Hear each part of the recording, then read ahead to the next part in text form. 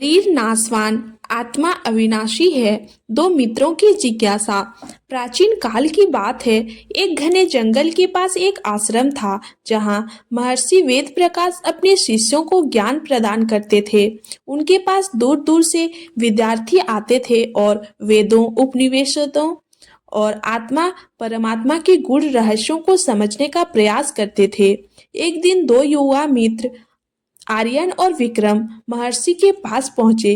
वे दोनों अत्यंत जिज्ञासु थे और आत्मा तथा शरीर के रहस्यों को जानने की इच्छुक रखते थे। आर्यन ने महर्षि से पूछा, गुरुदेव, क्या सच में आत्मा अमर होती है? यदि हाँ, तो जब कोई मरता है तो उसका अस्तित्व कैसे समाप्त हो जाता है? महर्षि मुस्कुराए और बोले, बेटा, आत्मा ना कभी जन्म लेती है और ना कभी मरती है। यह सदा से थी, सदा रहेगी। यह शरीर मात्र एक वस्त्र के समान है जो समय आने पर बदल जाता है। परंतु यह सत्य समझाने के लिए मैं तुम्हें एक कहानी सुनाता हूँ। राजा अजय और उनका प्रश्न। बहुत समय पहले की बात है। योद्धा के समीप एक समृद्ध राज्य था जिसका राजा अजय अत्यंत न्यायप्रिय और बुद्धिमान था, परंतु उसे मृत्यु का बहुत भय था। वह दिन रात इस चिंता में रहता था कि जब वह मर जाएगा तो क्या होगा, क्या सब कुछ समाप्त हो जाएगा। राजा ने अपने राज्य के सभी विद्वानों को बुलवाया और उनसे पूछा, क्या आत्मा अमर है? क्या मृत्यु के बाद भी कुछ शेष रहता है? परंतु कोई भी संतोषजनक उत्तर ना दे सका।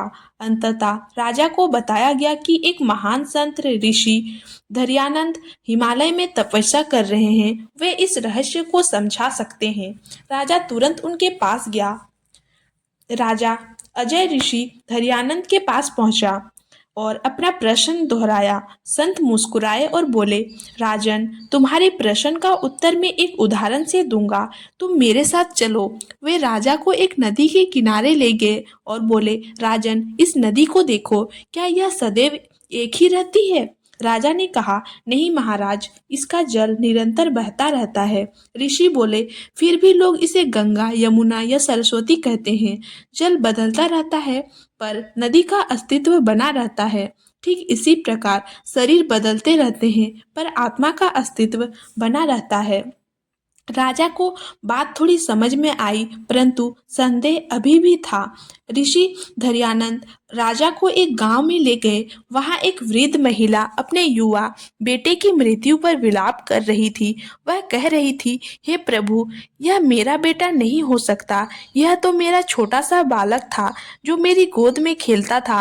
अब यह कैसे मृत पड़ा है? ऋषि ने राजा से पूछा, राजन, क्या यह बालक आज भी वैसा ही है जैसा बचपन में था? राजा ने उत्तर दिया, नहीं महाराज, यह बड़ा हो गया था, शरीर बदल चुका था। तब ऋषि बोले, ठीक वैसे ही जैसे यह बालक अपने बचपन के शरीर को त्याग कर युवा हुआ, वैसे ही मृत्यु के बाद आत्मा एक नए शरीर में प्रवेश कर जाती है। तुम स्वयं देख सकते हो कि शरीर बदलता रहता है पर आत्मा वही रहती है। राजा को आत्मा की अमरता का ज्ञान हो गया था, परंतु उसने पूछा, महाराज, यदि आत्मा अमर है तो फिर लोग मृत्यु से क्यों डरते हैं?